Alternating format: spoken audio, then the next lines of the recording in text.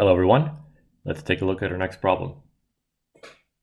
A function f is defined by f of x is equal to the integral from 0 to pi cos t times cos x minus t dt for x between 0 and 2 pi. Find the minimum value of f. Okay, so immediately my instinct is to just take a derivative and set it equal to 0 and see what happens. That's probably going to involve us having to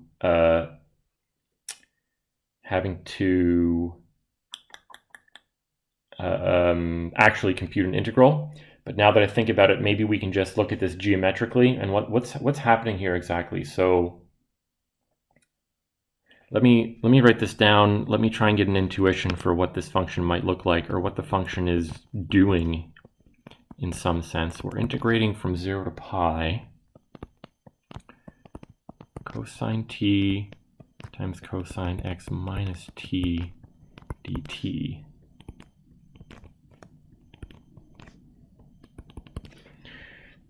So when x is 0, we're integrating cosine squared from 0 to pi. And that's, okay, so that's some number. As x gets larger,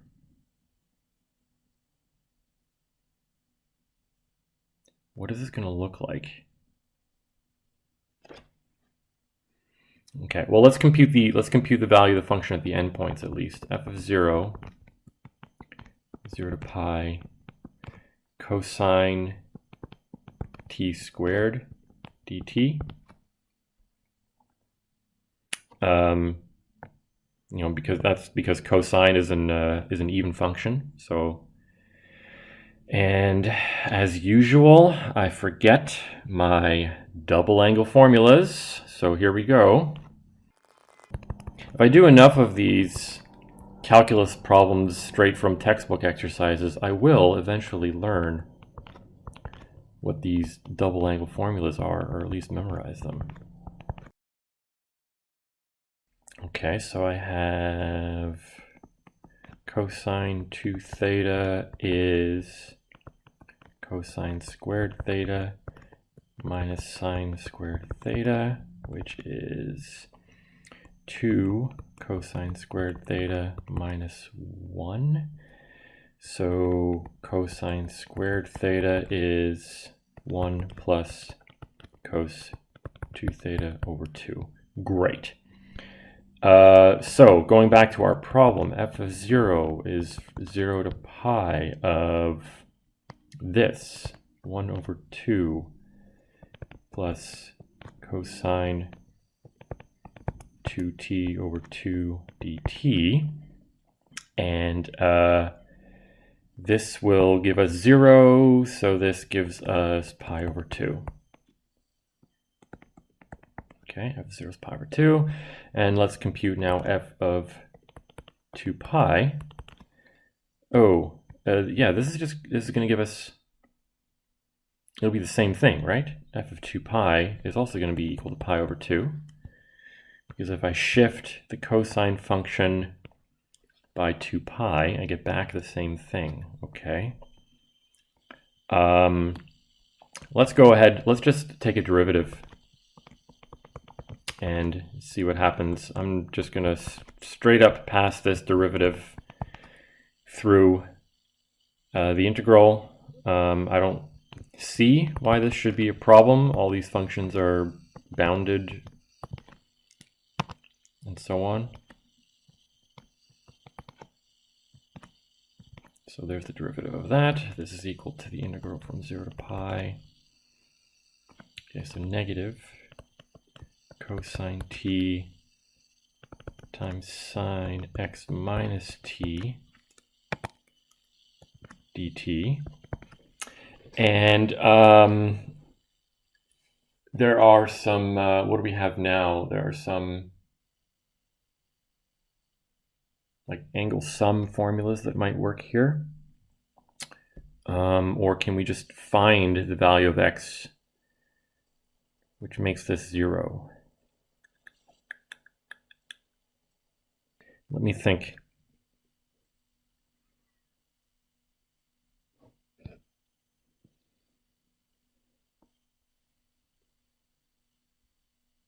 So when x equals 0, this will give us 0.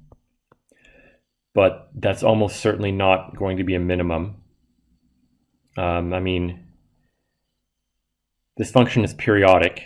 Well, it's only defined on this finite interval. But if it were extended to all the reals, it would be periodic. And I suspect, is this going to be a maximum? I mean, I suppose it could be a minimum, right? But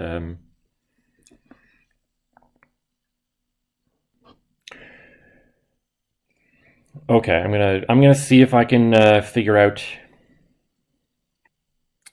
Should I try an angle sum formula on sine, or should I try and like how to say like invert an angle sum formula for this product?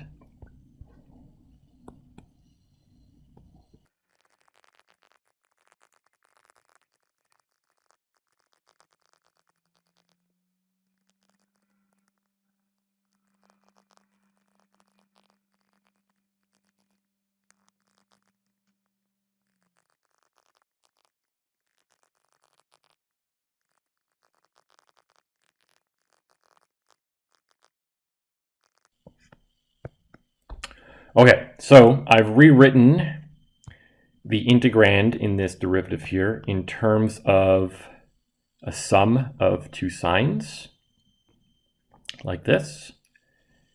So I can now write f prime of x is equal to negative integral from 0 to pi, because I have a factor of a half out in front, sine x plus sine x minus 2t dt. And if I'm integrating from 0 to pi, that'll integrate to 0. So I'm just left with the integral from 0 to pi of sine x dt, which is negative sine x times pi over 2. Cool. So to get my derivative equal to 0, so you'll notice, in fact, the derivative starts at 0, but for positive values of x, it immediately becomes negative. So I was right that f of 0 is a maximum.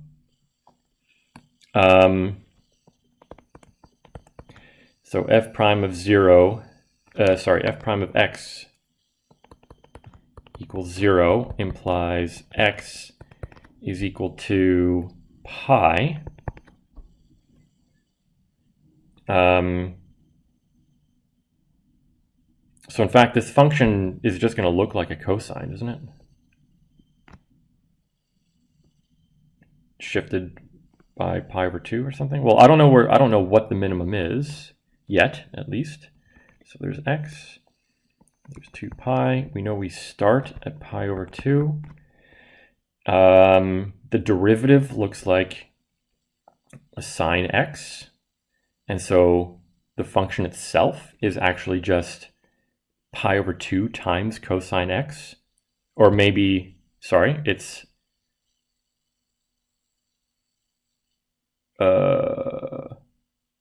yeah, it's just pi over, is the function itself just pi over 2 times cos x?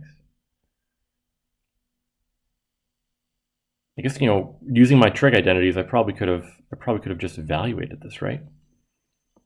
Anyway, it's going to reach its minimum, whether that happens to be positive or negative. It's probably going to be negative, right? It's probably going to be negative. It'll reach that at pi.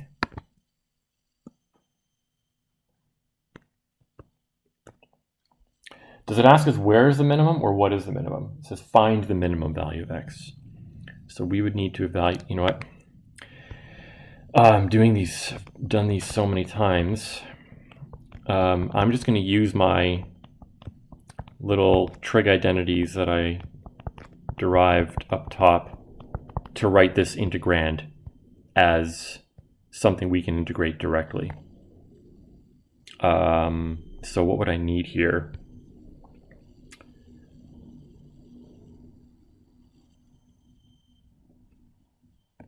Okay. What I need here is cosine of a plus b is equal to cosine of a, cosine of b minus sine a sine b, and cosine of a minus b is cos a cos b plus sine a sine b. So if I add these together,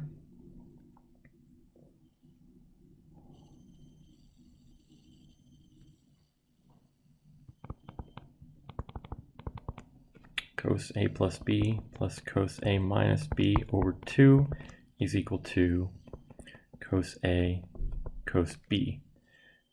Okay, let's copy that for a second. Oops.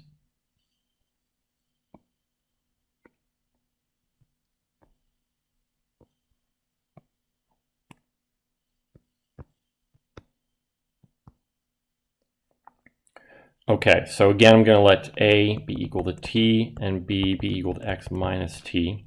So I have cosine t times cosine x minus t is equal to cosine, that b should be a t,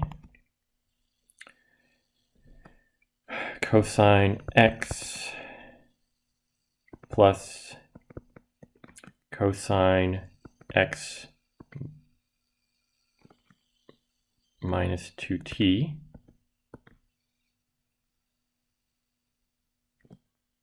or 2t minus x, I guess, but that's not going to matter. That part I know is going to integrate out to 0 divided by 2. So I have f of x is equal to the integral from 0 to pi over 2 cosine x over 2. Oh, no, don't need that. Cosine x plus cosine 2t minus x dt. And so I was right.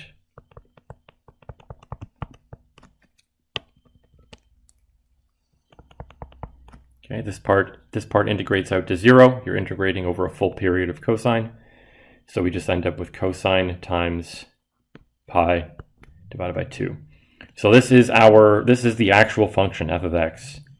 So this has a minimum of negative pi over 2 at x is equal to pi. Yeah, I suppose maybe I should have just started with these identities in the first place. We can evaluate exactly what x is equal to. We don't need to we don't actually need to take any derivatives. One of these days I will have these trig identities memorized and won't have to derive them on video, but yeah, if I do it enough times, it'll just happen. Don't think there's much more to say about this one. Thanks for watching.